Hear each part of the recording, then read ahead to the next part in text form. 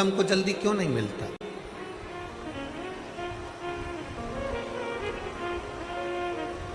आप में से कई माताएं ऐसी बैठी हैं, कई जीजियां ऐसी बैठी हैं, कई जीजा ऐसे बैठे हैं, कई बेटियां, कई बेटा ऐसे बैठे हैं जिन्होंने पशुपतिनाथ के व्रत 1 बार, 2 बार, 3 बार, 4 बार कर लिए, फिर भी बाबा ने नहीं सुना।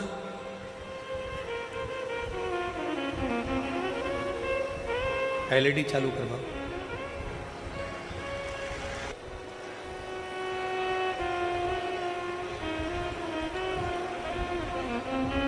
शंकर भगवान हमें फल तुरंत क्यों नहीं प्रदान करते? हमने उस बहन से एक बात कही कि जीजी तू भगवान को धन्यवाद दिया कर कि अच्छा हुआ तूने फल देने में देरी करी।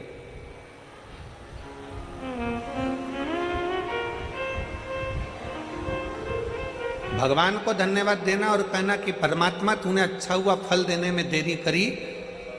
किसी एक स्त्री से, किसी एक नारी से, किसी एक माता से पूछना कि उसके गर्भ में बच्चा रहता है, उसके गर्भ के अंदर एक बालक रहता है, एक बालिका रहती है। किसी स्त्री से पूछो उसके गर्भ में एक बच्चा है। कौन माता चाहती है कि उसके गर्भ में बच्चा है तो वो 5 महीने में जन्म ले ले? कोई चाहती है क्या? जम के बोलो जरा। फरीदाबाद वाली जीजियां इतना धीमे बोलती हैं क्या? नहीं। कोई माँ ये चाहती है कि उसके गर्भ में जो बच्चा है कि वो 4 महीने में जन्म ले ले? नहीं। 6 महीने में जन्म ले ले? नहीं। 7 महीने में जन्म ले ले? नहीं। प्रत्येक माँ भगवान से प्रार्थना करती है कि मेरे गर्भ में जो बच्चा है पूर्ण 9 महीने का आराम से बाबा आपकी कृपा से जन्म ले और पूरा स्वस्थ हो, अच्छा हो और संस्कारित हो। अच्छा हो, स्वस्थ हो, संस्कारित हो। तो भगवान क्या कहेंगे? अगर अच्छा बच्चा चाहिए, स्वस्थ बच्चा चाहिए तो कम से कम 9 महीना गर्भ में उसको रहना पड़ेगा। उसको 9 महीना गर्भ में रहना पड़ेगा। 9 महीना अगर वो गर्भ में रहेगा, 9 महीना अगर गर्भ धारण कर कर रहोगी, थोड़ा समय लगेगा, थोड़ी देरी लगेगी, पर फल अच्छा मिलेगा। वृक्ष कहता है मुझ में फल लगा है, थोड़ा पकने दो, थोड़ी देरी होने दो, फल अच्छा मिलेगा। अगर तुम्हारी बात शंकर भगवान सुनते हैं, तुम प्रार्थना करती हो, 1 पशुपति व्रत करा, 2 पशुपति व्रत करा, 3 बार पशुपति व्रत करा, भगवान शंकर ने नहीं सुना। शंकर जी के मंदिर में जल चढ़ाते चढ़ाते तुम्हें 3 महीना, 4 महीना, 6 महीना हो गया, 1 साल हो गया, 2 साल हो गया, 3 साल हो गया, शंकर भगवान ने नहीं सुना, तो भगवान शंकर को धन्यवाद देना कि हो सकता है तो मुझे बहुत अच्छा फल देना चाहता है, इसलिए थोड़ी देरी कर रहा है। मैं जानती हूं कि तू मुझे अच्छा देगा।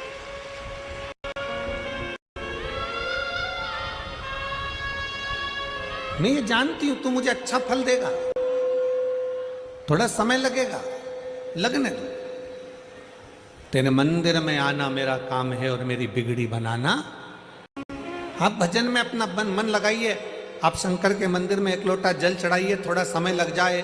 लोटा भर के जल चढ़ाने में थोड़ा समय लग सकता है, पशुपति व्रत करने में थोड़ा समय लग सकता है, थोड़ा समय तुम्हारा जा सकता है, पर भगवान के शंकर के ऊपर, भगवान की शिव महापुराण के ऊपर एक विश्वास को पक्का रखना, तो ये निश्चित है थोड़ा समय जरूर लगेगा, फल इतना अच्छा मिलेगा कि वो फल की गणना कोई नहीं कर सकेगा।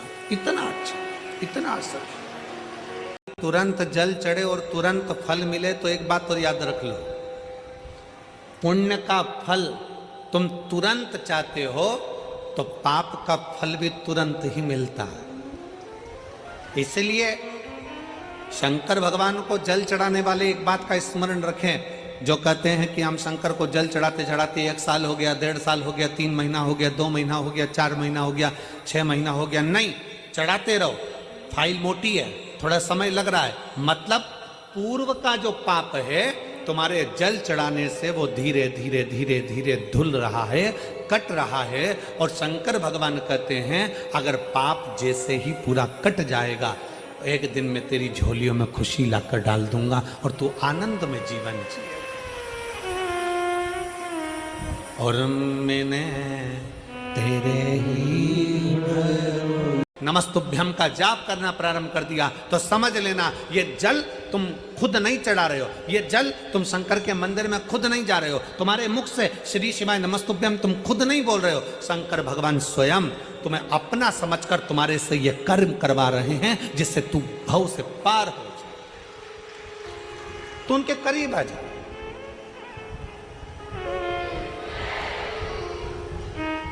कोई दूसरा नहीं करवा रहा है, शिव स्वयं शंकर। हम जल चढ़ाते रहेंगे, थोड़ी देर दाढ़ी गलती रहेगी, जल चढ़ता रहेगा तो हमारा पाप कट जाएगा। उसी तरह जल चढ़ाते चढ़ाते पाप कट जाता है, वैसे ही थोड़ा गलाते दाढ़ी भी कट जाती है। उसी तरह थोड़ा समय लग सकता, थोड़ा समय लगेगा, थोड़ा स्मरण रखिए।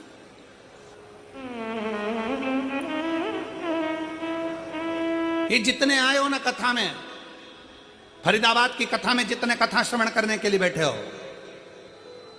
जितने बैठे हो, बड़ी आस लगाकर बैठना और विश्वास के साथ बैठना। और 5 दिन की कथा सुनने के बाद 3 महीने बाद फरीदाबाद लिखकर तुम्हारा पत्र आएगा कि मैंने फरीदाबाद की कथा श्रवण करी थी और बाबा ने मुझे ये दिया है, मुझे मेरे बाबा ने दिया है। जैसे इस भाई ने अपने पत्र में लिखा कि मैंने मेरे बेटे से कह दिया कि तू पढ़ने में मन लगा। सियोर वाला महाराज कहता है कि 4 गुना विद्या अध्ययन करो, 4 गुना पढ़ाई करो, अपनी मेहनत को 4 गुना बढ़ाओ। मैंने अपने बेटे से कह दिया 4 गुना पढ़ाई कर, तो नीट में पास होगा और तू डॉक्टर बनेगा, ये निश्चित है, कर पढ़ाई। और मेरे बेटे ने पढ़ाई करी और मैंने कथा नहीं छोड़ी कि क्यों ना शिव की आराधना।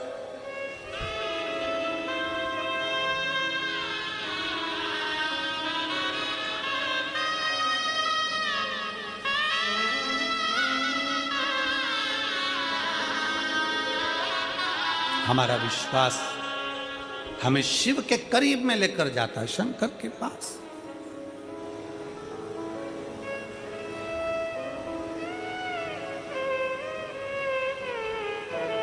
देवराज कभी मंदिर नहीं गया, देवराज कभी भजन नहीं किया, देवराज ने कभी शिवालय नहीं गया, देवराज ने कभी शंकर की स्तुति नहीं करी, देवराज ने कभी शिव महापुराण की कथा नहीं सुनी, फिर भी शंकर उसको नंदी पर बिठाकर, क्यों? क्योंकि उसके घर की माँ, उसकी बुजुर्ग माँ शंकर के मंदिर में 1 लोटा जल चढ़ाती थी। शिव महापुराण की कथा कहती है परिवार का, कुल का, वंश का एक व्यक्ति भी शंकर के मंदिर में शिव को जल चढ़ा रहा है, उसका फल मिल जरूर रहा।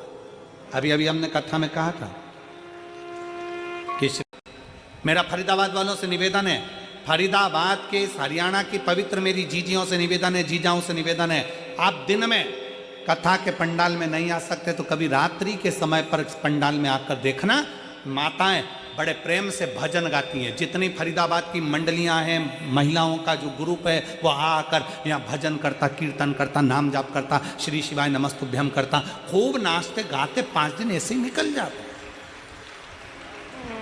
क्योंकि इनके पास देने के लिए कुछ नहीं, इनके पास केवल भगवान का भजन है, भगवान का मंत्र जाप है, नाम स्मरण है, कीर्तन है।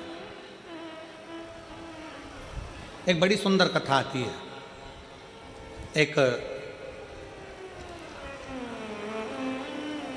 माठी नाम के एक बड़े शिव भक्त थे। स्कंद पुराण की यह कथा है, कभी मौका मिले तो गीता प्रेस गोरखपुर की स्कंद पुराण का स्मरण करिए। एक माठी नाम का एक ब्राह्मण था, ऋषिवर थे, बड़े अच्छे संत जैसे भाव रखने वाले, हे गृहस्थी थे गृहस्थी, भक्ति बहुत थी, शिव के उपासक थे।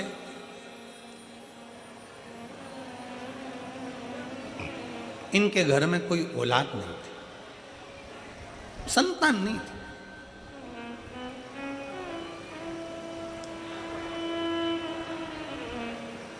दो साल, 5 साल, 10 साल, 15 साल, 20 साल, 25 साल, 50 साल इंतजार करते करते निकल गए, पर संतान का सुख नहीं।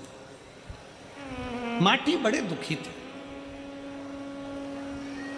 एक दिन उन्होंने अपनी पत्नी से कहा कि अपन दोनों के संतान की प्राप्ति नहीं, ना मेरे कोई पुण्य होंगे ना तेरे कोई पुण्य होंगे, इसलिए हमें संतान का सुख नहीं।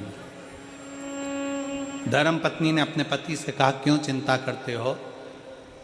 ऐसा मत बोलो कि हमारे पुण्य नहीं होंगे इसलिए संतान नहीं मिली।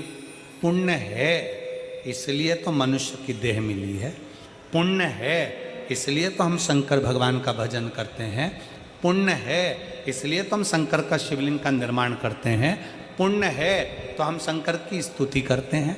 अगर पुण्य नहीं होते तो हम ये शंकर का भजन करते, किसी होटल में बैठकर मदिरा का पान कर रहे होते, किसी जगह पर व्यसन में पड़े होते, किसी मांस मदिरा का पान स्मरण कर रहे होते। पुण्य है इसलिए अच्छी जगह पर बैठे।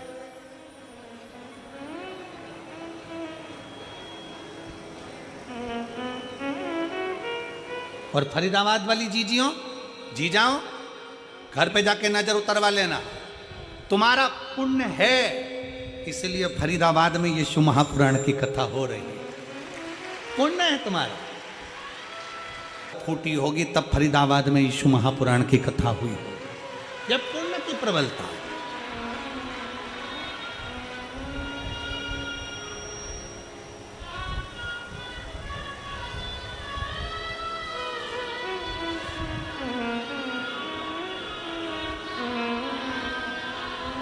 जब कथा होती है ना तो बड़ा थोड़ा कथा के पहले पहले बहुत चिंता भी रहती, टेंशन, कोई इधर से फ़ोन करेगा, कोई उधर से फ़ोन करेगा, ये काम नहीं हुआ, वो काम नहीं हुआ, साहब लाइट चालू नहीं हुई, साहब जनरेटर चालू नहीं हुआ, साहब बिछात नहीं हुई, साहब ये नहीं हुआ, साहब वो नहीं हुआ, बहुत बहुत टेंशन रहता है। कथा कराने वाला विचार करता है, अरे राम बड़ा गजब का काम, भागवत कराना सरल है फिर कराएं, रामायण कराना सरल है फिर कराएं, सारे पुराण कराना सरल है, पर शिव महापुराण कराना बहुत कठिन है। क्योंकि इस पुराण का नियम है कि किसी को सूचना नहीं दी जाती तो भी लोग लाखों की संख्या में गाड़ी भरा भरा के पुण्य है। जब तो हम शिव की आराधना कर रहे हैं, ये हमारे पुण्य है, तो फिर हमारे घर औलाद क्यों नहीं है, संतान क्यों नहीं, क्यों संतान? एक बहन ने पत्र लिखा, एक चेला गुरुजी को देखा, गुरुजी रोज अपने लोटे को, तांबे के लोटे को रोज मांजते। चेला कहता पानी तो एक दिन नहीं पीते, रोज रोज मांज के रख देते। एक दिन चेले ने कहा, गुरुजी इसको मांजने से क्या होता है, जब पानी पीना तब मांज लेना ना, जब पानी पीना तब साफ कर लेना। गुरुजी बोले नहीं रोज साफ करना जरूरी है, मैं तो रोज साफ करूंगा। तो चेला परेशान हो गया, खुद तो साफ करते नहीं, हमसे करवा दे। चेले की दशा देखकर गुरुजी खुद साफ करने लगे। चेला बोला काहे को साफ कर रहे हो, जब पानी पीना हो तब साफ करो ना। गुरुजी ने साफ करना बंद कर दिया। 2-3 महीने होगा, 3 महीने बाद चेले से कहा मुझे पानी पीना, ला जरा लोटा ला। लोटा लाया, कलश लाया, गुरुजी ने कहा अब इसको मांझ कर ला, साफ करके ला। चेला गया साफ करने के लिए, पर वो कलश पहले जैसा चमकता था, लोटा पहले जैसा चमकता था वैसा नहीं चमका। खूब घिसा पर नहीं चमका। गुरुजी से, गुरुजी इसमें चमक नहीं आ रही। गुरुजी बोले अगर रोज रोज साफ करता तो चमकता, अब तूने एक बार में साफ करा, 3-4 महीने में तो चमकेगा नहीं। उसी तरह शिव महापुराण की कथा रोज रोज टीवी पर, मोबाइल पर 5 मिनट 10 मिनट सुनते रहो तो साफ बना रहेगा, परमात्मा भी चमकाता रहेगा और तुम भी चमकते रहो। कोई कहे कितनी बार सुनोगे, कह देना भैया रोज मांझ रही हूं लोटे को, रोज मांझ, सारी समस्या का हल, रोज मांझ रही हूं, रोज साफ कर रही हूं, चमकेगा। जो रोज रोज कथा को श्रवण करता है, भगवान की भक्ति श्रवण करता है, भजन करता है, मंदिर जाता, देवालय जाता, शिवालय जाता है, एक दिन चमकता जरूर है। मांझे जाओ, मांझे जाओ, मांझे जाओ, थाली को साफ करे जाओ, चमकेगी जरूर। मन को साफ करे जाओ, चमकेगा। पत्नी ने कह दिया क्या करें, पति से कहा, पति ने कहा क्यों चिंता करते हो, तेरे सिर पर भोले फिकर माठी ब्राह्मण से कहा चिंता मत करो, पत्नी ने बल दिया। लोग कहते हैं घर में पत्नी का होना जरूरी है क्या? बिल्कुल जरूरी है। धर्म पत्नी पति को बल देती है। क्यों चिंता करते हो? क्या हो गया? आज मुंह उदास करके बैठे हो? अरे दुकान पर घाटा लग, क्यों चिंता करना? टेंशन मत लो, जो होगा देखा जाएगा। तुम्हें क्या करना? अपन नहीं कमाया है ना, अपन नहीं घाटा है ना, कोई चिंता नहीं, सब होगा। अरे ऐसा हो गया, अरे क्यों चिंता करना? पत्नी बल बहुत देती, क्यों चिंता करना? होगा, सब होगा, धीरज रखो, सब हो जाएगा। बल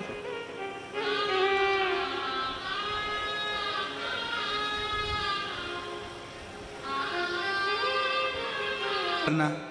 बेटा एक एग्जाम में पास नहीं हुआ ना, माँ कह देती है चिंता मत कर बेटा, फिर मेहनत कर, अच्छी पढ़ाई करना, हो जाएगा, फैक्ट्री में फायदा हो जाएगा, दुकान में लाभ हो जाएगा, क्यों चिंता करना? बेटी कहती मम्मी ऐसा हो गया, क्यों चिंता करना, देखा जाएगा, तो चिंता मत कर। घर की स्त्री, घर की माँ, घर की नारी बल देती, इसलिए उसको शक्ति कहा जाता है।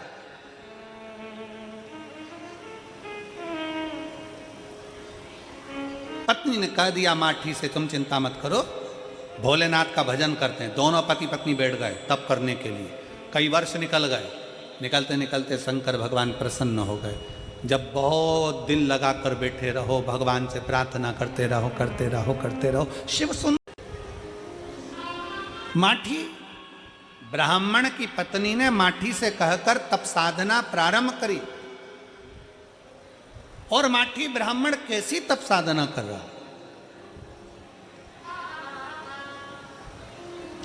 कैसी तप साधना में लीन हुआ है।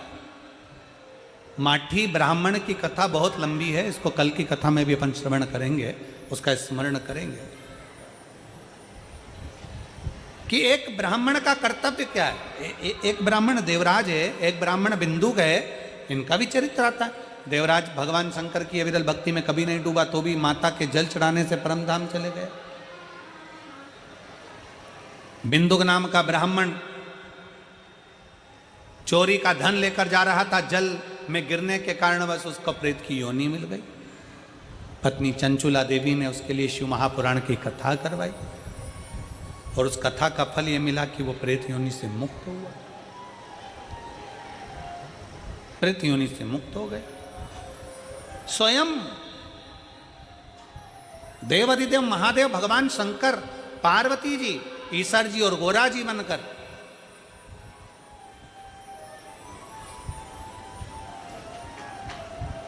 तुमरुका जी के मुखाग्रविंद से शिव महापुराण की कथा सुनने के लिए पहुंचे। ईश्वर जी गोरा जी पधार रहे हैं, जोरदार ताली बजाकर भगवान शंकर के एक ईश्वर गोरा गणा और गौर बनकर पधार रहे हैं। जोरदार ताली बजाएं गणा गौर के लिए। भगवान शिव पवित्र कथा का लाभ लेने के लिए पहुंच रहे हैं।